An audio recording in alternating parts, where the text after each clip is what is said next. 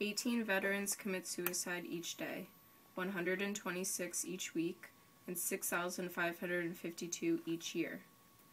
200,000 veterans go homeless each night. 45% suffer from PTSD or mental illness. 1 in 5 U.S. combat veterans suffered or are suffering from PTSD. Between 11 and 20 out of 100 veterans from Iraq or Afghanistan experience PTSD. Soldiers deal with flashbacks, restlessness, apathy, trouble sleeping, depression, guilt, hyperarousal, and nightmares. PTSD can arise in the returning soldiers days, weeks, months, and even years after the war or traumatic experience. Most veterans won't admit to experiencing symptoms of PTSD because they don't want to be viewed as weak or disabled. Victims of PTSD are much more aggressive than most and will often be heavy drinkers, which combined will lead to extremely dangerous situations. Husbands and wives often report feeling like strangers to each other in the first hours and days of return, especially after long deployments. Couples sometimes have problems too, with different expectations about how they'll spend these first few days.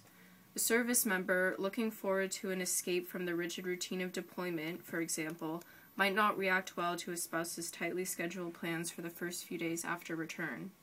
After an exciting or dangerous deployment, the service member may want quiet time at home.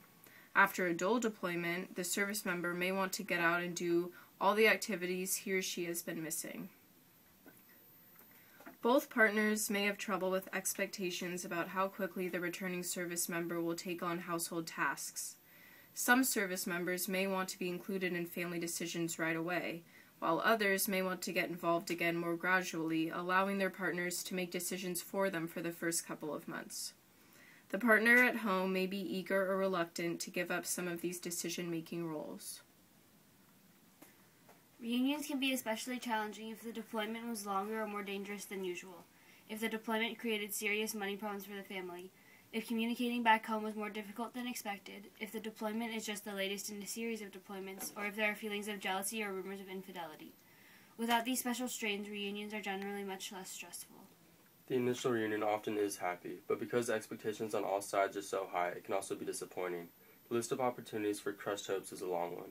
What can make return from deployment an unhappy and stressful time is the mismatch between high expectations and the reality of family life and the need to change and fit into new family roles and routines.